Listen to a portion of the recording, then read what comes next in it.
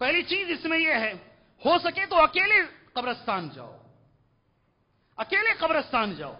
مجمع کے ساتھ جاتے ہیں، کبھی کسی قبر کے ساتھ جاتے ہیں، کسی جنازے کے ساتھ جاتے ہیں، کوئی لکڑی کی بات کرتا ہے، کوئی اینٹ کی بات کرتا ہے، کوئی حسیر کی بات کر رہا ہے، کوئی ادھر سے چیخ مار رہا ہے، کوئی ادھر سے چیخ مار رہا ہے۔ اکیلے جاؤ۔ اللہ کے نبی صلی اللہ علیہ وسلم اکیلے جاتے تھے، رات میں بھی جاتے تھے، سبحان اللہ، رات میں اٹھ کر جاتے تھے۔ حدیث میں آتا ہے کہ نبی کریم صلی اللہ علیہ وسلم، حضرت عائشہ رضی اللہ تعالیٰ عنہ نے دیکھا بازو اللہ کے نبی نہیں ہے، بستر خالی ہے، پیچھے پیچھے تلاش کرتی ہوئی چلی گئی، کہتے ہیں بقی قبرستان میں ہے اللہ کے نبی۔ رات میں بھی چلے جاتے۔ آپ اکیلے جاؤ قبرستان کو، کیا ہوگا؟ اکیلے جاؤ گے تو یاد آئے گا یہ میرے ساتھ میں نماز پڑھا کرتا تھا، یہ صاحب میرے ساتھ رہا کرتے تھے، آج نہیں ہے، انہوں نے میرے ساتھ حج کیا ہے، آج نہیں ہے، یہ ہمارے مسجد کے مصلی تھے، آج نہیں ہے۔ یاد آئے گا ہمیں بھی جانا ہے جی، موت یاد آئے گی۔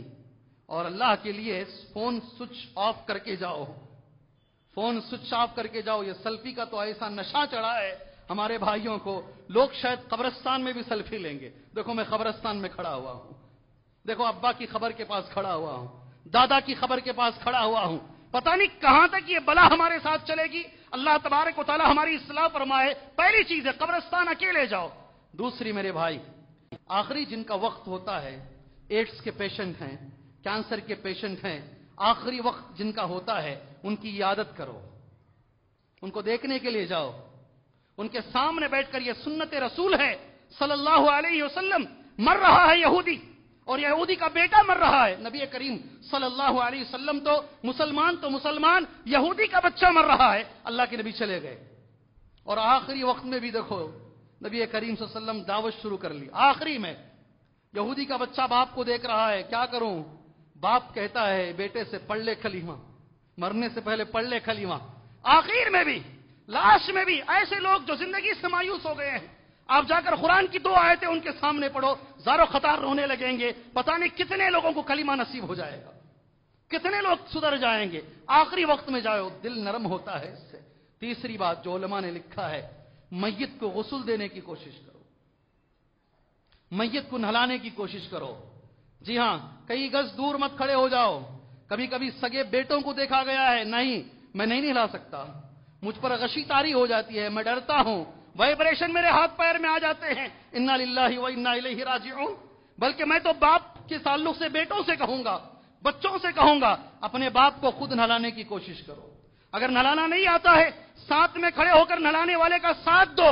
اللہ اکبر، جس باپ نے جگر کو لگا کر تمہیں پالا ہے، کیا تم آخر میں اسے غسل بھی نہیں دے سکتے بھائی؟ جی غسل بھی نہیں دے سکتے۔ غسل دینے کی کوشش کرو اور طریقہ سیکھنے کی کوشش کرو۔ غسل کی جب بات آ رہی ہے، حضرت علی نے نبی کو غسل دیا ہے، صلی اللہ حضرت علی رضی اللہ عنہ نے اللہ کے نبی کو غسل دیا، اور ساتھ میں فضل کو رکھ لیا، ابن عباس کے بیٹے ہیں، اور ساتھ میں اسامہ کو رکھ لیا رضی اللہ عنہ، اسامہ کو ساتھ میں رکھ لیا۔ 4 لوگوں نے مل کے اللہ کے نبی صلی اللہ علیہ وسلم کو غسل دیا، اور حضرت علی نے کہا وجدتہ طیبا حیا ومیتا، میں نے نبی کریم صلی اللہ علیہ وسلم کو جب زندہ تھے تب بھی میں نے پاک پایا، اور مرنے کے بعد بھی اللہ کے نبی پاک ہی پاک تھے۔ سبحان اللہ۔ غسل دینے کی کوشش کرو، وہاں کھڑے ہونے کی کوشش کرو۔ چوتھی بات اس تعلق سے، کفن پہنانا، کفن کو دیکھنا اور کفن کو لپیٹنا، اس کی کوشش کرو، اس سے دل ذرا نرم ہوتا ہے۔ اور چوتھی بات، نماز جنازہ میں شرکت کرنا اگر موقع ہے۔ سبحان اللہ، کئی لوگ، اللہ معاف کرے بھائی، ریاکاری اتنی عام ہے، شوبازی اتنی عام ہے ہمارے اندر، اگر میں نہیں گیا تو لوگ کیا بولیں گے؟ جنازے میں اس لیے لوگ آتے ہیں، انا للہ و انا الیہ راجعون، اگر میں نہیں گیا تو رشتہ دار کیا بولیں گے؟ سسرال کا جنازہ ہے، فلاں کا جنازہ ہے، فلاں کا جنازہ، یہاں بھی ریاکاری چاہیے؟ لوگ کیا بولیں گے؟ جنازے میں اس لیے شریک ہو کہ اللہ تبارک و تعالیٰ احد پہاڑ کے برابر اللہ تبارک و تعالیٰ ثواب دیتا ہے جنازے کی نماز پڑھنے والے کو۔ 5 منٹ بھی نہیں لگتی نماز وہ۔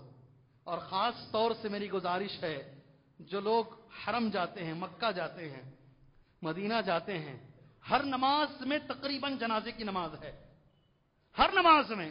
حرم میں میں بیٹھا ہوں، حرم مکی میں شیخ وصی اللہ عباس حفظہ اللہ کا بیان چل رہا ہے، ایک صاحب نے سوال کیا، یہاں جو نماز پڑھائی جاتی ہے اس کا ثواب کتنا ہے؟